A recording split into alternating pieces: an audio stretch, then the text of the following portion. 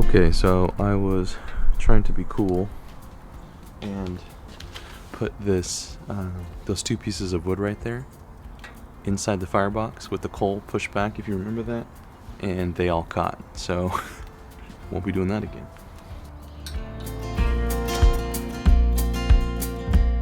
Alright, so currently it is about 44 degrees out here. It is again about 7:30 in the morning. Looking at the conditions so far, I am trying my best not to ever open up the cook chamber before the 2-hour mark, just because unless I had something crazy happen, like a ton of dirty smoke, huge temperature spikes or drops, whatever it might be, if everything seems to be chugging along, I do my best to actually try and not open that main cooker for at least the first couple of hours and just kind of give everything some time to let it all meld.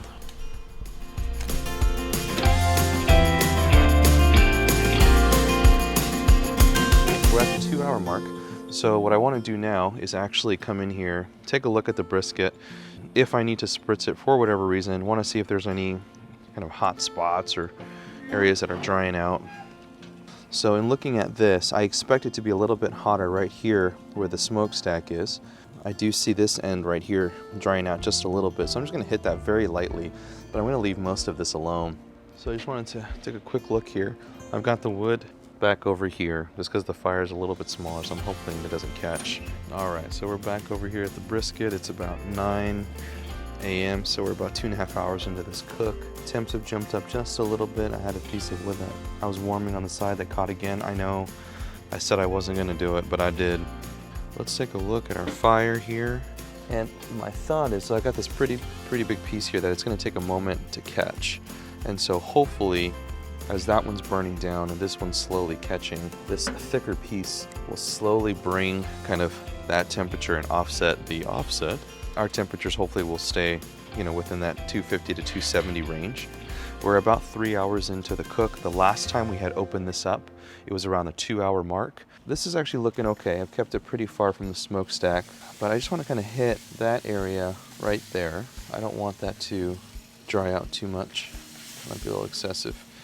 Okay, so as you can see here, I went ahead and tilted the brisket just to get some of that moisture off right there. I'm gonna close this up.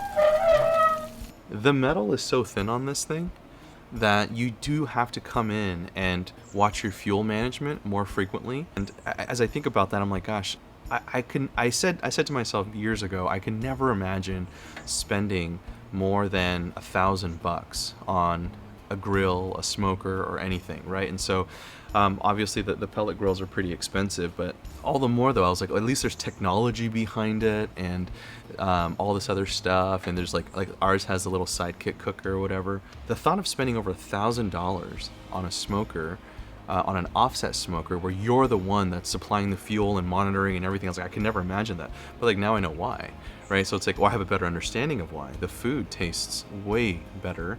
It's way more fun to cook on an offset, but it holds temps so much better. And so I got to admit, that's been something that's been pulling on me. Like I've been enjoying the smoker, getting to learn it. Again, it does require a little bit more maintenance, a lot more maintenance, more babying and all that good stuff. But gosh, dropping 20 to 30 degrees in like 10 minutes, garbage. I actually let my coal bed actually turn into nothing. And so those of you who have cooked on an offset already know this. I'm still learning it. Once you have an established coal bed, you can just throw on splits there and just make sure you kind of spread it out so that when you put in the next piece of wood, it can catch, right? And that's where your heat is coming from. And when you put on the new wood, there's a little bit of smoke and all that cool stuff. Well, I let the coal bed fizzle out so much that when I put on new wood, it wouldn't catch. And so then it would start smoldering. So I had to figure that out. I had to leave the firebox open a little bit more, gather all the smaller splits that I could get, and then try and get that fire going almost again, essentially. I still had a little bit of coal, so that was helpful. But then my temperature dropped, I think at some point down to 219. You live and you learn. I turned my head toward the other direction, was working on the pellet grill, I think, and just wasn't paying attention. So just don't do what I do. Well, do the good things that I do, but don't do the bad things that I do.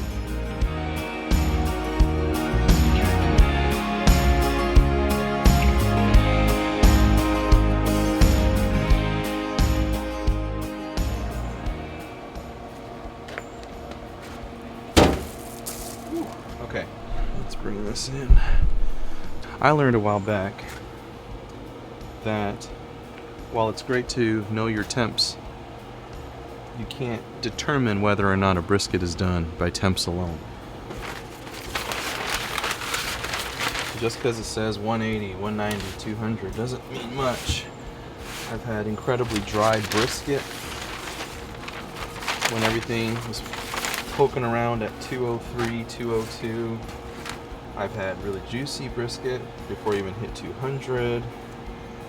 You just kind of have to go by feel. Now, I got a little bit of the jiggles. Alright, so we're using butcher paper. I'm just going to give it a little bit of a spritz. Got this slightly at an angle. I'm trying to see if I can get my first wrap so I get some paper under there so I can pull it back tightly, just like that. Bring it back once. I'm going to flare out these two pieces right here, keeping it tight. Keeping it tight right there. And now I'm going to bring these in. Okay. Just over like that. Alright. I'm going to put this right there back on the smoker, holding temps at 250 to 260. I'll come back, probably check it in about an hour to an hour and a half, and we're going to do some probing for tenderness. So we are at about 5:30 p.m. This journey started pretty much 12 hours ago. So our brisket's been resting for a couple of hours. Let's put this right here. So far so good. Feels a little jiggly. Oh, hey. Okay, so I could tell that I definitely cooked this side down. It's a little bit firmer. Look at you, little guy. So I feel a little crusty on the edges, like right here.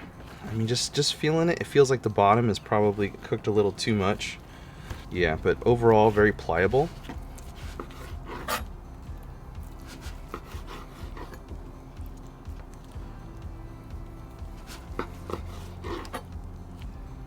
Oh yeah, that feels tough. What was it, a 1/4 inch slice? Alright, so clearly I left too much of a fat cap on here. Obviously you've got a nice smoke ring on there, so that's cool. Thank you, Offset. That extra fat cap that I left on there, it's soft, but I think it had more ways to go. Pretty decent amount of pull strength right now, and it's not coming apart. So that tells me that we definitely could have gone, oof, eek, oh, like a little bit longer. I will say this though, very smoky. Yeah, I'm eating that.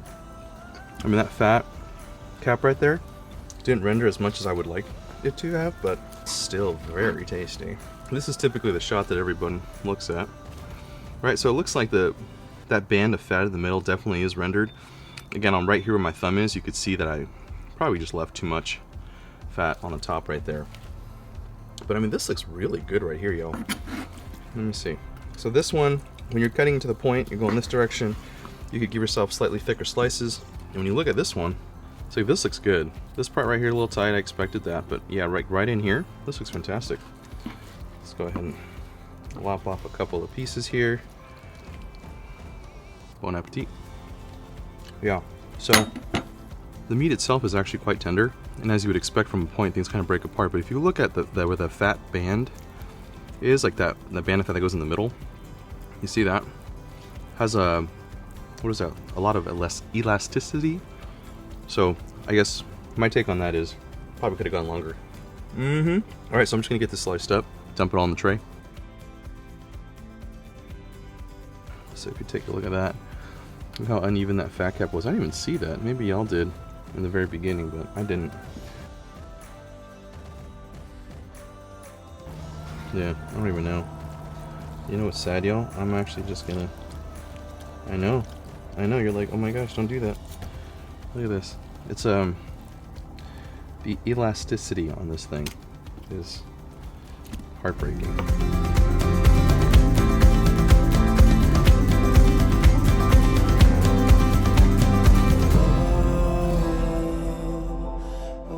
Well, everybody, thank you for checking out this video. I hope you got something out of it, or at least were mildly entertained by my mishaps. In hindsight, looking at the cook, overall, I thought it went okay. Knowing, again, I'm more critical of self, so just take that with a grain of salt for what it is. Anyways, looking back at it though, I definitely would have changed up a few things. One, obviously I would have taken a lot more off of the brisket, definitely that fat cap. I would have trimmed it up a lot better. In the past, I've been a little more frugal about it. I wanted to leave as much on the brisket as possible. However, recently we acquired a meat grinder, so now I know I can take all these trimmings and use it elsewhere. So I will be trimming them down a little bit better, get them more aerodynamic. So that's part one.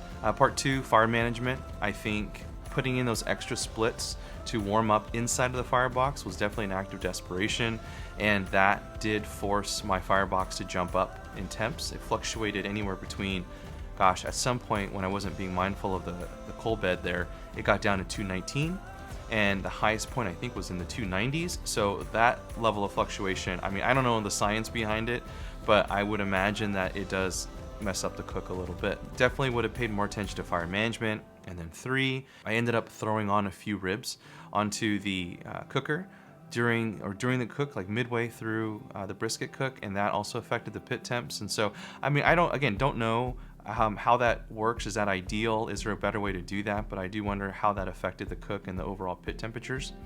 And yeah, so those are my three things. Going back, I would probably do differently.